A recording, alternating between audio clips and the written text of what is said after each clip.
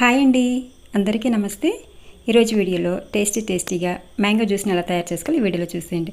ఎప్పుడైనా మన ఇంటికి గెస్ట్లు వచ్చినా లేదంటే మనకే మ్యాంగో జ్యూస్ తాగాలనిపించినప్పుడు వెంటనే కూల్ వాటర్తో ఇలా కలిపేసుకొని తాగేయచ్చు. చాలా టేస్టీగా ఉంటుందండి. దాని తయారీ విధానం ఇప్పుడు చూసేయండి.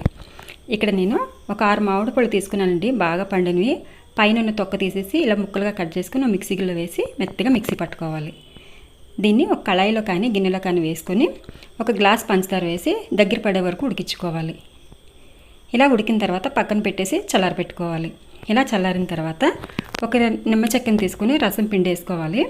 ఆ తర్వాత మొత్తం కలుపుకొని ఇలా డబ్బాలో స్టోర్ చేసి ఫ్రిడ్జ్లో పెట్టుకోవచ్చు. అప్పుడే మనకి ఎప్పుడు కావాలనుకున్నప్పుడు ఈ జ్యూస్ అనేది వెంటనే కలుపుకొని తాగొచ్చు. చాలా సింపుల్గా తయారు చేసుకోవచ్చండి. మీ దగ్గర మామిడి పళ్ళు ఉంటాయి, ఇలా తయారు చేయండి. చాలా సింపుల్గా ఈ మ్యాంగో జ్యూస్ అనేది రెడీ అయిపోద్ది. ఇదండి ఈరోజు వీడియో. మీకు నచ్చిందని అనుకుంటున్నాను. నచ్చితే లైక్ చేయండి, షేర్ చేయండి, అలాగే మన ఛానల్ సబ్స్క్రైబ్ చేయండి.